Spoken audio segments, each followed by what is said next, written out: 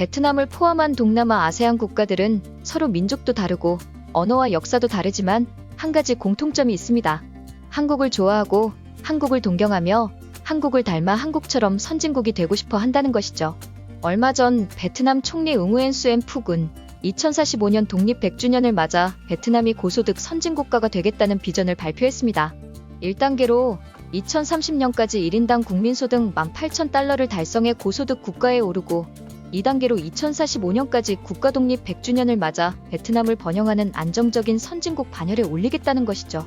여러분, 이 비전이 현실성 있다고 보시나요? 그 계획이 불가능한 이유를 3가지로 설명하겠습니다. 첫째, 자국 기업의 산업적 기반이 미약하기 때문입니다. 최근 베트남에는 이런 사진이 화제가 되고 있습니다. 테슬라의 CEO 일론 머스크와 베트남의 전기차 업체 빈페스트 창업자인 팜nhập 부엉이 서로 맞서는 상황을 표현한 건데요. 자국의 대표 기업이니 세계에서 최고로 핫한 창업자인 일론 머스크와 맞짱뜨고 있다는 것이죠. 그 정도로 빈그룹과 빈페스트에 대한 베트남 국민들의 기대와 자긍심은 큽니다.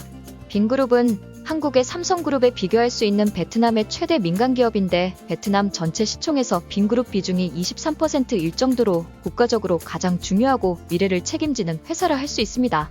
빈그룹의 창업주는 팜nhập 부엉이라는 사람인데 우크라이나에 유학생으로 갔다가 저렴한 쌀국수, 라면 등을 팔아 크게 성공하고 네슬레에 매각한 뒤 베트남에 돌아와 부동산에 투자해 베트남 최고 재벌에 오른 입지전적 인물입니다. 빈그룹의 주요 사업 분야는 부동산, 호텔, 리조트 등이지만 스마트폰 사업 같은 제조업에 뛰어들어 사업을 확장합니다. 2018년 빈스마트라는 스마트폰 제조회사를 세웠지만 사업 성과가 미미해 3년 만에 철수하고 현재는 빈페스트라는 전기차 회사에 명운을 걸고 있죠. 이 자동차가 VF8이라는 빈페스트의 주력 모델인데 보조금 없이 46,000달러 가격입니다. 테슬라의 모델 Y가 47,000달러인데 미국에서 빈페스트 차를 사는 사람이 과연 있을까요? 현재 베트남의 수출액 중 73%는 삼성 같은 외국인 투자기업이 올릴 정도로 자국 기업의 경쟁력은 취약하고 해외 기업 의존도가 매우 큽니다. 대표 자국 기업인 빈그룹은 가망이 보이지 않는 제조업에 뛰어들어 도박 중이고요.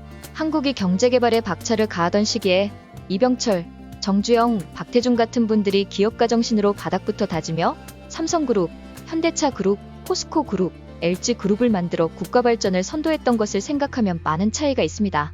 인구수 1억 명에 달하는 베트남이 1인당 국민소득 현재 4,000달러에서 2만 달러 이상의 고소득 국가가 되려면 대량의 좋은 일자리를 창출하는 자국의 제조업 회사들이 커야 하는데 그 가능성이 현재로선 잘 보이지 않습니다. 두 번째 이유는 인력 자원의 경쟁력이 취약하기 때문입니다. 베트남 정부에서도 자국의 미래산업 발전을 위해 반도체나 2차 전지 등의 첨단 산업을 유치하고 자국 기업으로의 기술 이전을 꾀하고 있지만 결정적으로 인력 기반이 취약해 어려움을 겪고 있습니다. 삼성전자 같은 외국인 투자기업들에 고용된 인력들이 단순 조립 작업하던 것에서 벗어나 첨단 반도체 산업 등에서 일하려면 많은 교육을 받고 숙련도를 키워야 하지만 그런 인력 자원도 부족하고 교육체계도 갖춰져 있지 않은 문제가 있습니다. 기술 이전을 해주고 싶어도 이전해줄 만한 인력이 없다는 모순인 거죠. 전체 경제활동 인구 중에 60% 정도가 초등교육 이하의 학력을 가졌는데 첨단 반도체 공장에서 일할 만한 인력을 어떻게 채용할 수 있을까요?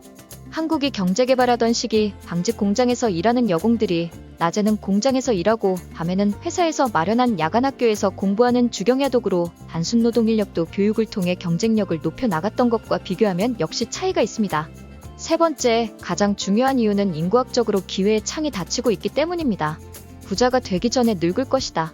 2021년 세계은행이 고령화 사회로 전환되는 베트남이라는 주제로 발표한 보고서의 결론입니다. 베트남은 인구 구조 변화에 대한 비슷한 상황을 겪은 다른 나라들보다 경제발전과 1인당 국민소득이 낮은 상황에서 노령화 사회로 전환을 맞이하게 됐다는 것이죠. 중국이 1인당 국민소득 1만 달러에서 고령화가 시작돼 부자가 되기 전에 늙는다는 얘기를 듣고 있는데 베트남은 그보다 더 낮은 국민소득 4,000달러에서 벌써 인구 고령화 경고음이 울리기 시작했습니다. 베트남 전체 출산율은 1.94명으로 양호해 보이지만 호치민, 하노이 같은 대도시의 출산율은 1.3명대로 일본과 비슷한 수준으로 낮습니다. 2020년 65세 이상 인구가 전체의 7%를 돌파해 고령화 국가로 이미 시작됐고 출산율은 점점 떨어져 2042년 인구학적 기회의 창이 닫힐 것이다 라는 게 세계은행의 경고입니다. 단순 계산으로 2023년 현재 1인당 국민소득 4,000달러인 국가가 2042년까지 국민소득 2만 달러 이상을 달성하기 위해선 약 20여 년간 연평균 경제성장률 7% 이상을 유지해야 합니다. 20년 뒤엔 고소득 국가의 기준이 2만 달러보다 더 높아질 테니 고소득 국가의 목표를 이루기 위해선 연평균 7%보다 훨씬 더 높은 성장률을 향후 20년 동안 유지해야 한다는 얘기죠. 삼성과 애플이 베트남 기업이 되지 않는 이상 이는 산술적으로 불가능한 목표로 보입니다. 이상으로 베트남이 선진국이 되기 어려운 이유 3가지를 말씀드렸습니다. 여러분 생각은 어떠한가요? 댓글을 달아주세요. 구독과 좋아요 눌러주시면 정말 큰 도움이 되겠습니다. 감사합니다. 주작과 가짜뉴스 없는 대한월드뉴스였습니다.